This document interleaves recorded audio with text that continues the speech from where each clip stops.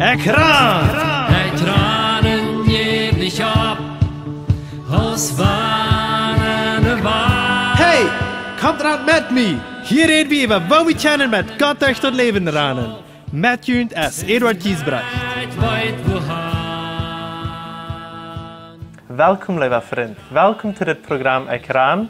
Dankzij dat u waar die radio eingeschaltet hast, oder aus dem YouTube ist, oder on TV, wo immer du ans Tauharket hier oder Tautje ist von dir. Welkom to dit Programm. Von dir habe ich hier eine neue Person.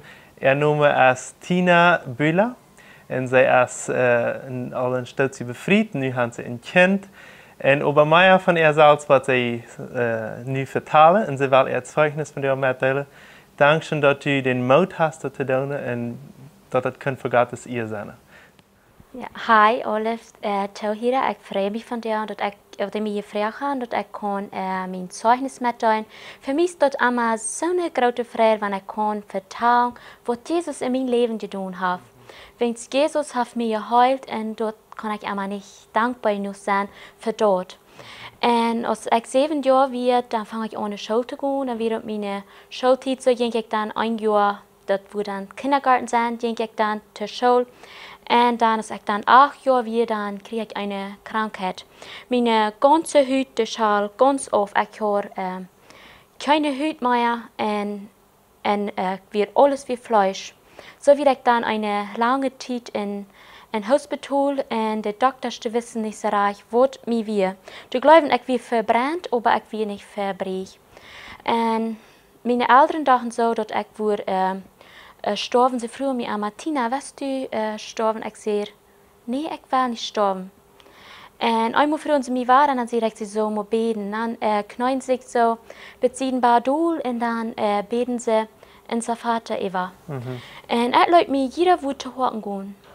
Aber ich nahm vor meine Hüte unterheulen und ich sei nicht gestorben.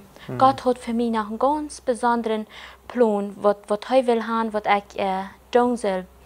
Und dann kam ich nach Hause und dann ging die Krankheit näher und dann kann ich nicht mehr essen für 3 Jahre. Kann ich nicht mehr essen. Ich kann bis 4 Einkäufe machen im Tag. Evens kann ich nicht von meinen anderen Geschwistern dann essen gehen. So. Ich ging immer raus.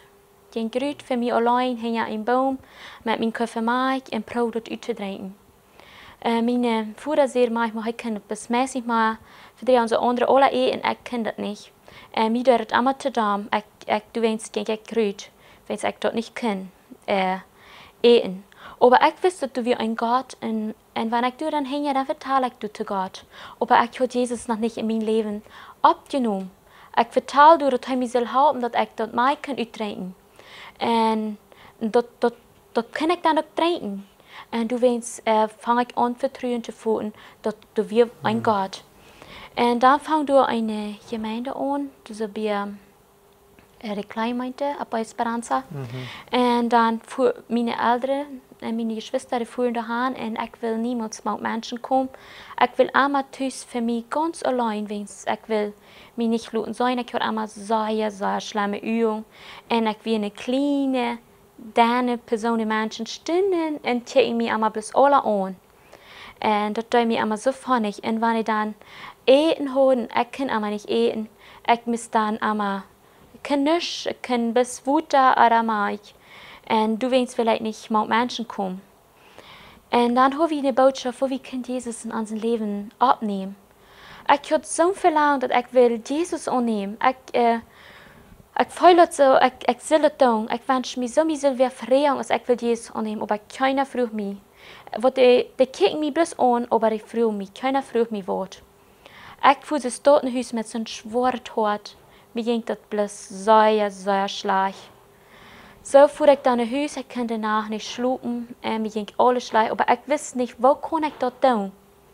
Mir wird nicht klar genug erklärt, was ich das tun kann, weil ich kann Jesus annehmen. Und dann haben die bekannt, dass du so Unrecht anfangen hast, Unrecht, und dann fragt mein älterer Bruder will, und dann schlämte mich ich soll auch. Und dann Leute mich bereden, und dann habe ich auch der Unrecht, dann habe ich die erste Lektion, wo wir können Jesus annehmen. Und an den Abend dann nimmt ich Jesus an. Und dann habe ich die Vers durch von 1. Johannes, 1. Johannes 1, Vers 9. Du sagst dort, wenn wir unseren Sinn bekennen, dann als er treu und gerecht, dass er uns den Sinn verjäft und reinigt uns von alle Ungerechtigkeit. Wenn ich auch immer wird Schmack gewesen, ich auch immer pro meine Eltern zu erhalten, so sehr als ich kann, aber ich wie krank sind da, als der erste Sünder hier abgewählt wird, da hat viele getan. Krank sind da, wird ich von Gott weit auf, wenn ich Jesus noch nicht in mein Leben abgenommen habe. Und dann nehme ich dann Jesus an und dann heilt Jesus mich. Von da an kann ich anfangen zu eten. Ich bin immer so dankbar, ich kann nicht dankbar nur sein für das, was Jesus in meinem Leben getan hat. Wenn ich kann, muss ich nicht danken, dann würde ich so nicht danken. Aber ich kann nicht so nicht danken dafür. Und dann, wie mit dem Vers wichtig, Galater 2, Vers 20, du sagst dort, ich lebe aber nun nicht ich, sondern Christus lebe mir, dann was ich jetzt lebe im Fleisch, lebe ich im Glauben des Sohnes Gottes, der mich geliebt hat und sich selbst für mich dargegeben. Nu, wo ich hier lebe, dort sehe nicht ich, aber dort als Christus, der wird mich frei gemerkt hat, der lebt in mir. Wenn heute mich nicht hört, so gut war es zu mir und hat mich geheilt und dort ich kann sein Kind sein, dann würde ich hier von dir nicht sein. Dann würde ich nicht gerne hier von dir und zu jüngst reden und mein Zeugnis vertrauen. Aber ich bin so froh, dass er mich geheilt hat und dort ich nicht kann, durch am erleben, dort nicht ich dort sie, aber dort heute dort ist, wo durch mein Leben wird. Und wenn ich nicht mal Schule kann haben, wenn ich einmal krank wäre, kann ich ja nicht lesen. Und als ich Jesus angenommen habe, dann habe ich so verlangt, dass ich lesen will. Ich will einfach sein Wort lesen. Ich will wissen, was will Jesus nicht von mir. Und mich interessieren immer so sehr Kinder. Und mich interessieren mit Sünderschule oder Schullehrer zu sein. Und ich kann nicht lesen. Und dann habe ich Gebet. Ich habe meine Bibel danach bei mir, ich habe immer bei mir, dass ich will lesen kann. Und dann gibt Jesus mir, dass ich lesen kann. Und dafür bin ich so dankbar, dass ich von dir lesen kann und dass ich weiß, was er war von mir. Dafür kann ich nicht dankbar nur sein und dort kann ich bloß da, was Jesus dort getan hat. Er hat mir das gegeben, dass ich sein Wort lesen kann und dass er mich geraten hat. Da bin ich so dankbar für. Und ich möchte ihn hier sehr Maut mehr, und wer noch nicht Jesus hat in sein Leben angenommen, tut von dir und Jesus tut von dir noch Wunder.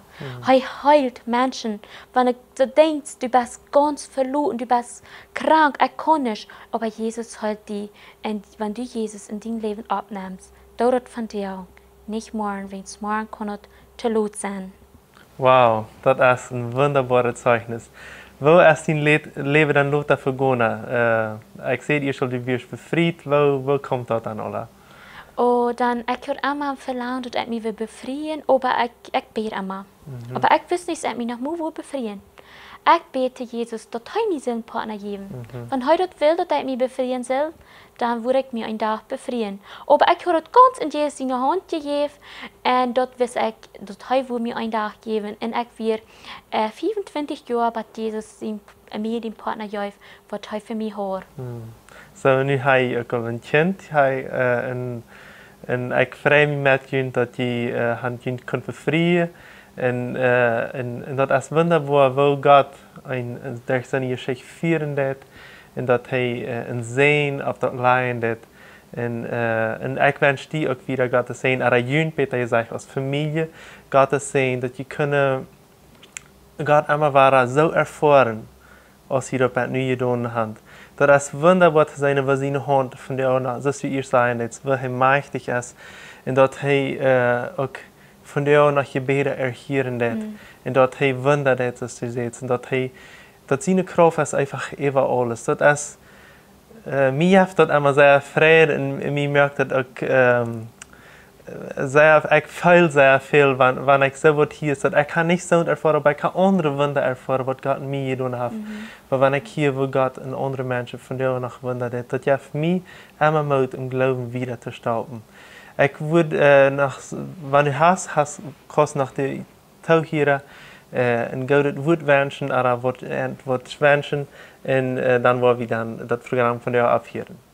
Ich kann noch einmal ein bisschen was sagen.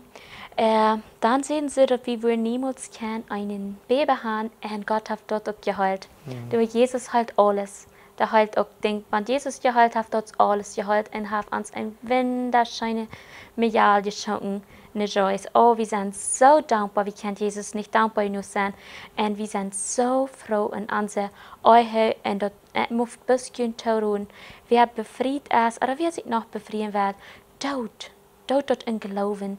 Und Jesus wird uns einen Partner geben und uns wird dort so schön gehen. Und alles, was wir können nicht tun, aber was wir tun können, das ist bloß durch Jesus und ich muss bloß Mut merken. Und wer befreit ist, auch, dort die wollen ihr Leben auch ehrens und Gott helpt uns. Wenn es auch manchmal schwer ist, aber er ist immer da, uns zu helfen und er segnet uns. Und dafür können wir so dankbar sein. Wow, vielen Dank, Tina. Auch Gottes Segen für die liebe Zuhörer. Dankeschön von dir, dass du hier dabei bist und dass du das wunderbare Zeugnis hier hast. Ich möchte auch wie hier beten, dass Gott in dein Leben Wunder tun. Was immer das Wunder ist, was du in dein Leben brauchen lässt, dass Gott das kann vollbringen. Aber eins möchte ich dir Mut merken. Hab Glaube und leben Glaube darauf, dass das passieren wird. Nicht einmal traurig in raufkicken, dass das niemals Gott wird mit dir wird. Wenn Gott hat große Pläne mit dir rein, wach darauf und lebe darauf, dass das all passieren ist. Gottes Segen mit dir und wir schenken dir eine große Umarmung von hier in Bolivien. Bis das nächste Mal. Ciao, ciao. Das Programm wird in Bolivien produziert. Wenn du Fragen oder ein Thema hast, dann schreib uns nur ans Facebook von ekjran oder schreib uns ein E-Mail nur ekjran@gmail.com.